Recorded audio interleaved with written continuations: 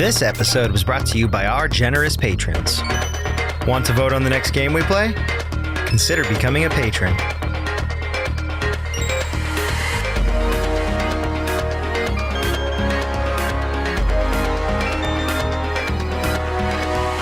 And we are back. For the Batalia Downs. Wait a minute, that's a different video game. Batalia Downs. Man, I missed that. That was 11, right? That was 11. I actually finally stopped playing that for a while. Fantasy 11. I'd kind of done...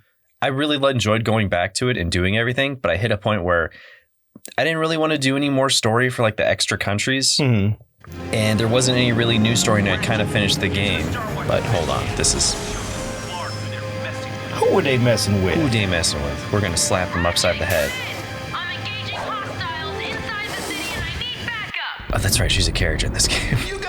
That's I the love this commander. map. This That's the commander, right? yeah. Oh, jeez. Okay, that wasn't the right button. I think I did that very same thing when I played this for the first time.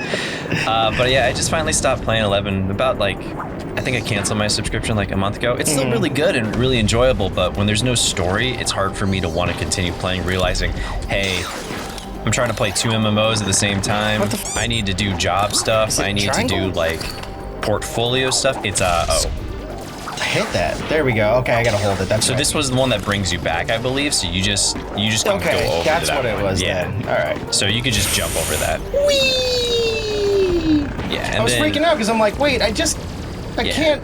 I came back just now, but why is it not working? That one is a little weird because it's to get you back to that platform. Okay. Oh boy. Still a really good game. Holds up really well once you get everything set up. And someone did some crazy stuff where they used a Photoshop AI tool to redo all the textures for the entire game. I've been seeing that on Twitter, right? It's one person, and it's actually just really cool because up close, it kind of makes it kind of cell shaded and kind of like a little bit cut out, and you're like, oh, it kind of loses a little bit of details, but literally once you zoom your camera out a little bit, you're like, oh, it looks just like the Scorpion harness. It looks just like, you know, the Habergen and all those other kind of old school armors. That's cool. And the Assault Jerkin? Yeah, and you know, it's a really faithful adaptation where it's just like, hey, this is one person. They're doing it for free. They weren't even asking for money for the longest time. That's tight. And then people are like, well, people keep bothering me, and they showed the chair they work on. It was like one of those fold-out IKEA chairs, and like, dude, I'll toss you some bucks, man. Like this, so you can get a better chair. Just so you can get just a decent chair to sit in. Like, you? yeah, man. Yeah. Like, you're doing a cool thing for the community, but really cool game, really fun to go back for a while, but with there's nothing else, it's like, I should focus back on art and do some more stuff. Are you still able to, like, you said you're not able to swap DAT files and stuff like that. Wait, what Square? So you like, basically there's some cool things with the way they handle that now, and Square seems to kind of turn a blind eye to like 11 stuff, because as long as you're not like changing the gameplay or like changing server side stuff or hacking, they're like it's up stuff. It's cosmetics. Experience. Yeah, I don't do it for Final Fantasy 14 just because it's a little too hazy with that stuff. But you know, way back for 11, it was just like, okay, this is kind of cool, but it doesn't. They've like developed some new tech with like the way that stuff works. Like DAT files. And so like it still uses asset swaps. And stuff .dat files, but what it does is it doesn't auto swap them. There's like a cool Lua like system that they like programmed where you'll put your like mods in a separate folder, and then it'll just load them up so it doesn't change any of the original files. Okay. So you don't have to go like in. Runs them side. Yeah, it like side saddle type of deal. Yeah, kind of like side saddle, where it's like, hey, we're gonna take over for here. That's like, pretty tight. Yeah.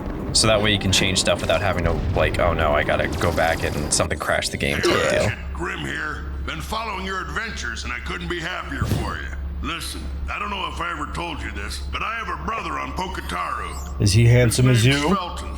We don't talk much on account of him being a bit of a slacker, but he sent me a distress call this morning. He said Pocataru. attacking Pocataru with these hydro harvester things. That was like tight. I guess the cool. Blarg want their ocean water for something.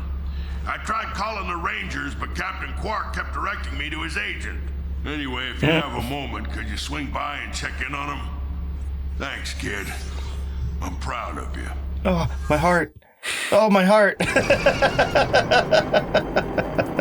But yeah, fun game. But that was it? Just the that was ride the it. rail? Okay, Yeah, that's that's tight. just one of the missions, so you can just go back. I saw that one of them was ride the rail, and I was like, okay, cool. I thought it led to a little bit more. That was a long one. That was cool. Yeah, the main thing is going this way for sure, though. Protect Star Watch.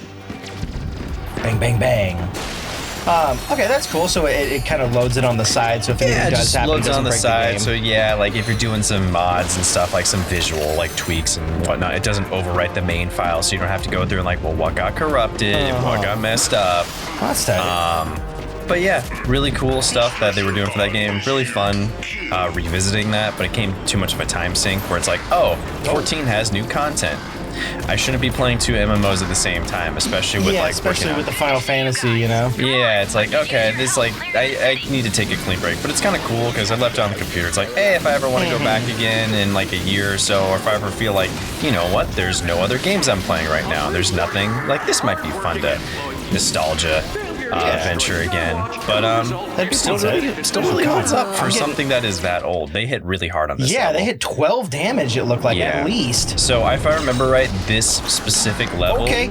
Yeah, you grab the ledge. Yeah. This I'll clear specific these guys level out and I'll go for the missile is launchers. kind of like where they up the difficulty a little bit, like where you just start taking a little bit more damage compared to normal, but you also get a bunch of experience. You're gonna want to switch from your combustor because it's maxed out. I'm gonna swap over to the other weapons and stuff. Yeah. It just taken a little bit getting back into the game. We've been about 2 weeks off or something like that. We batch recorded a bunch. Thank you for all the comments that we got. Yeah, you guys were mentioning a lot about Ratchet being vastly different in this one. Yeah, I mean, his tone is more of line with who Ratchet is now currently, but he was very much more of a jock and surfer bro in the very first adaptation of Ratchet. Now, I get what people are saying, like, yeah, if you play this one, it doesn't really connect to Going Commando, which is the second game, and it changes a little bit of things that happen in the third game up your arsenal.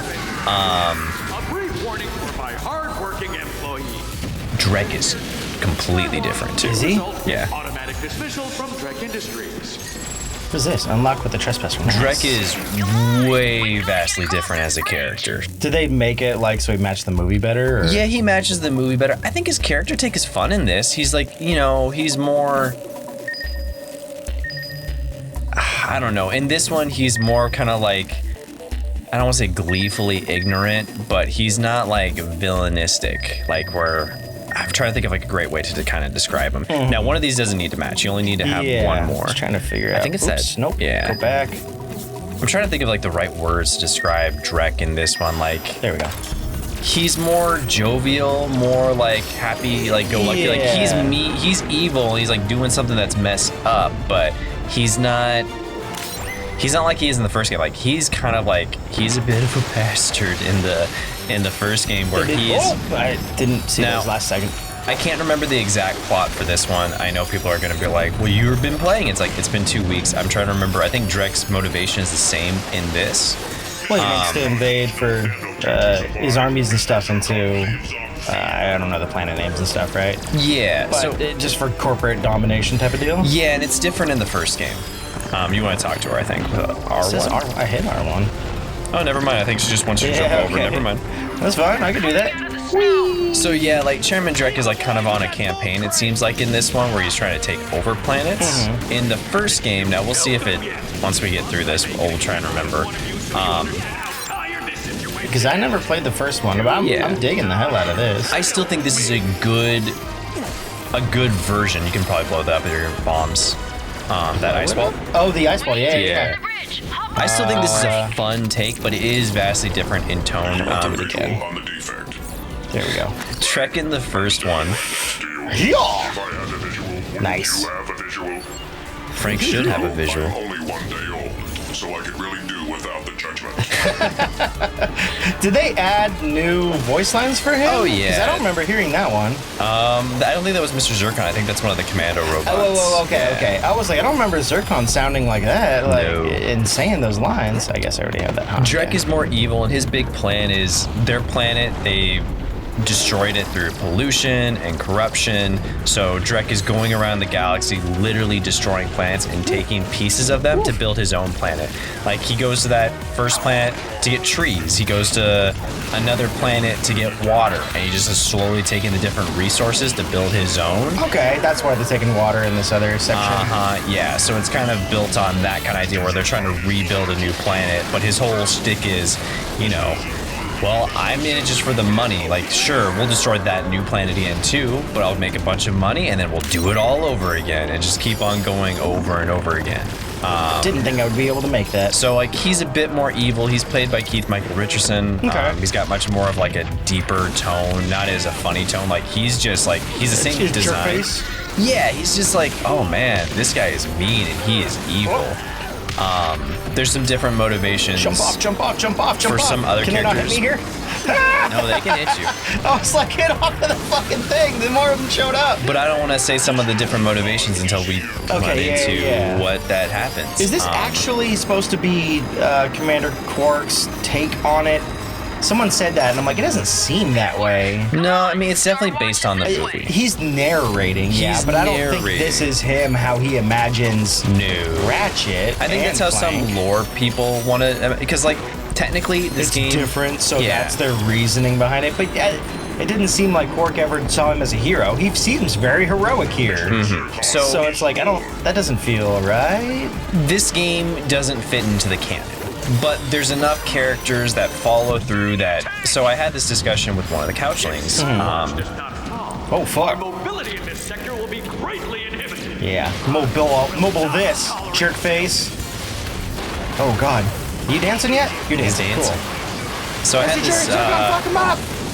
I had this discussion with a couchling about it. Never got to do anything like that on Belden. Oh, I was dancing. Yeah, I don't want to interrupt their voice lines when they go they're off. very good. They are good. Yeah, Quark, push forward. Okay.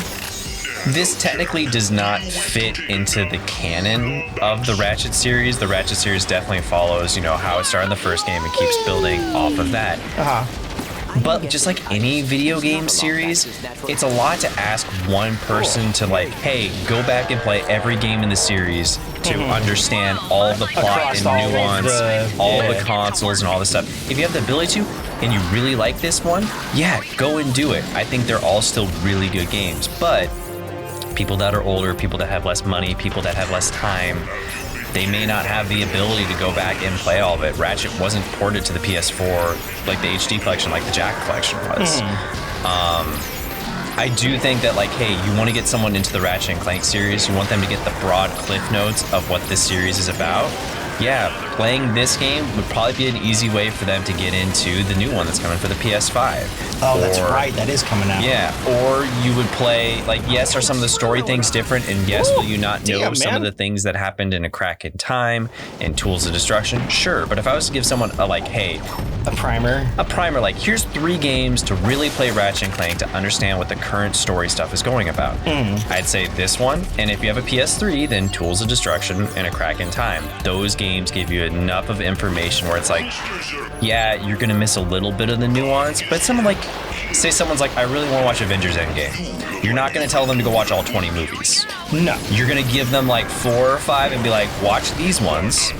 Like, go watch the first Iron Man, go watch the first Avengers, and then, like, maybe have, like, you know, Infinity War. There's a lot of them. If you don't assume that your audience is dumb as a box of fucking rocks, they can put the pieces together while they're watching. I didn't see Ant-Man, and I fucking understood how, you know, like, oh, PIM particles, okay. I'm starting to understand a little There's bit of enough that information, it's not that the other games aren't great. I really like them, and I do agree. This game doesn't really fit super canonically, but it introduces characters that are long standers in the series.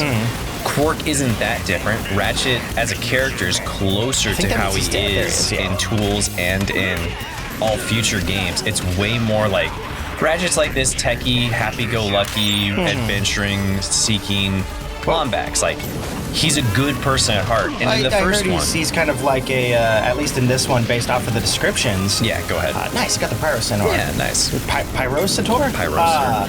I heard he's more of kind of like a good guy. He wants to help and be important and do good for the world. Exactly. Did that motherfucker just disappear? He's not like that in the first game. Oh, you fuck! He's very much... But he's also like a mechanic. You know, he's inclined to like learn about these tools and all these weapons and guns and stuff. And I was like, oh, that's pretty cool. I like that. Yeah, this version of Ratchet, which has evolved, is to offer a little employee incentive. employee incentive. Who help the Galactic Rangers meet their end will get an all-expenses-paid trip to the third ring of Calabash. Parties, orbital dinner cruises. Why, I even heard they offer cooking classes. Why would you want to go on vacation to go take a cooking class? I don't know. That would be something I want to do when I'm home, Like, not none on a of- vacation. None of these Galactic Ranger characters exist too in the first game. Like the Galactic Rangers in a version of that kind of start existing and going, up your arsenal. Quark then? Quark was a hero. He was the galaxy's hero. But he wasn't like a Galactic Ranger. He or was, but like they didn't have these side characters. Okay, like the I'm not Miss sure. Lady Jetpack here. Yeah, like I'm not sure if the organization existed, but Quark was considered an intergalactic hero who had stopped. That's your basic good ass rocket launcher. You sure you want to exchange some bolts for awesome weapon? Hell yeah. Okay. Yeah, so Quark still like follows the same thing, but they added these peripheral characters to make it feel like, oh, Quark's part of an organization. He's not just the only hero in the entire galaxy. But when you're on a PS2 budget and you're making a brand new game, you haven't, they figured out a lot of the worlds and stuff, but they hadn't probably done like, let's build all these extra character models. It's like, we don't have the budget for that. We don't have the money to pay people to do all these extra voices. So we go. Ratchet is definitely like, he built his first ship, but not in the same way in this one, where like he really built, like it was falling apart, and it wasn't for Clank, he wouldn't have been able to get off his planet in the first game. And that's the start of the good buddy cop type deal. And Ratchet's kind of... Those laser turrets could be a real problem for us. We're gonna have to find another way inside. You take point, I'll cover you. Tight. Yeah, he's very snarky in the first game. He's very just kind of rude to Clank most of the time, and like just I don't want a hero to be that, you know? It's not like super mean, but he's a little bit jabby at Clank, and Clank's a little jabby at him. It does help build that idea that like they're not friends at first, but by the end of the game, they're like they really start to bond. So it's one of those character turnarounds. Did it just tell me how to jump? Yeah, it was just letting you know that you could jump with these laser things. Yeah, with the boots probably. But yeah, I jump with magnet boots on. It's one of those kind of moments in a character development where it's like, oh, I really like the first game because Ratchet doesn't start off as who he is, and he changes as a character over time. Whereas this one's more like, well, Ratchet doesn't really change that much in this game. I think this is like supposed to be his origin story of sorts, right? Yeah, and then like you get it's more different. characterization. I mean, that's why it's a reimagining. It's not a canonical game. It's a reimagining of the first game based on the movie. Okay. But I still think that this is, like I said, it's a great primer. And the best comparison I could think of was the Avengers.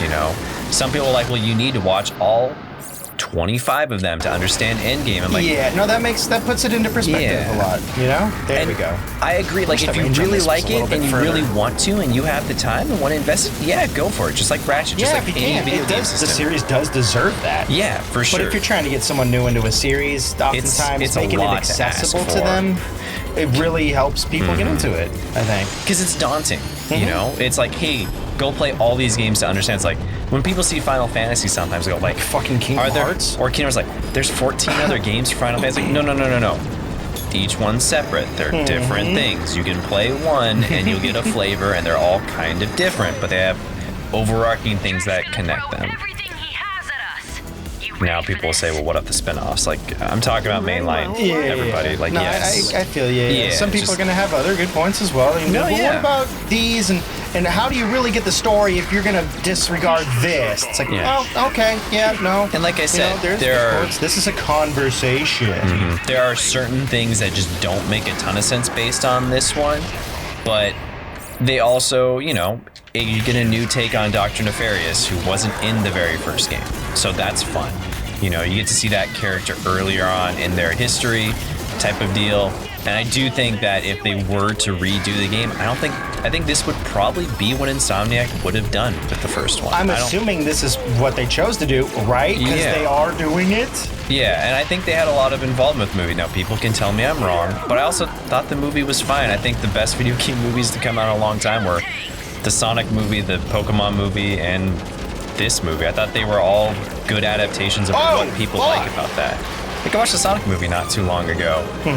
It was fun. Like, it's silly, but I like the idea and concept they had. And it's not everything. No, but it's not good. Yeah, it's good. It's like, as a kid, I would have loved this. As an adult, I can enjoy this. Yeah. Sonic is adorable as a character. He's exactly what I want from him as a hedgehog. There's some heart to it as well. And as much as I hate the trope of, they're in the real world now. It's like, they made a good reason for it. Like, it kind of works. And Sonic's always had humans in their games. For it. I'm excited for the second number 2. one. Yeah.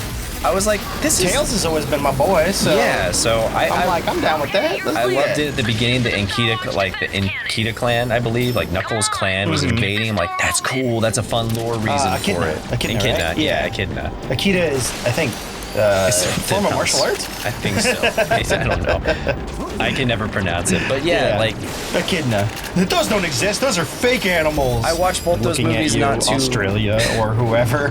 So you can get to that, I believe, but you have to climb up on the box. You can climb up on the boxes. Yeah. So just don't touch that rifle. Yeah. And then you can just get up right here, and then just there you go. I'm taking these ones out though. They stand in defiance of me. But yeah, video game movies have been pretty solid so far. Like, hell yeah. I know the Ratchet one got a little lambasted when it came out, but like, I'm eager for the silliness of what I expect Mortal Kombat 2 is going to be. Yeah, not Mortal Kombat 2. Mortal Kombat the movie. The new one that just got released. And I'm not even a big Mortal Kombat fan, but like, that looks true to the franchise. Like, that could be cool in a jokey kind of like, hey, this is silly, but also fun kind of way. Like, Kano's like, ha, Kano wins. He's like eating a heart. Like, yeah, that's Mortal Kombat. I'm curious how they're going to go about the fatalities and like, are they actually going to kill off characters or like, how are they going to do it? I think they'll kill off some, because there are some characters that do die like in the history of Mortal Kombat and they get replaced. Like, there's some characters that take on the mantle of the name later on, like some of the ninja characters. I'm not going to spoil it for anybody that doesn't know Mortal Kombat lore. So like, open this up and Mortal Kombat's lore is actually pretty good since they rebooted it too. Like, I watched some videos of like all the like movies and stuff. Like, it's silly. I think it knows what it is, right? Exactly. Yeah. Yeah. But it's enjoyable. Self-aware. And then that's really what I'm asking for video game movies and stuff to be. Just be like, yeah, man, just be self-aware. Don't take yourself super serious and like, yeah, we're gonna have a gritty Ratchet and Clank reboot where Ratchet's an ex-soldier and they almost did that with Jak and Daxter. Back when they were developing The Last of Us, they were really deciding like, do we bring Jak back but make it like super edgy and realistic? And then they realized, no, that's gonna make fans upset because this is not what they fell in love with. You gotta stay true to eventually what a series is. Yeah. We need to get this thing online and you know, change and make it better and find new ways to innovate, but like the core has to be intact. Yeah, exactly. Otherwise, make a new game. Which is what Naughty Dog did. They made The Last of Us instead because they're like, this is the better direction. There was also so you can jump Uncharted and stuff? Yeah, it was like after they developed Uncharted. So they went and made Uncharted, and then as they were deciding what to do next, they're like, well, let's try like see and explore Ratchet and Clank. Not Ratchet and Clank, let's explore Jak and Daxter, see if we can bring it to the next gen. I just upgraded your trespasser so it can activate and deactivate rings.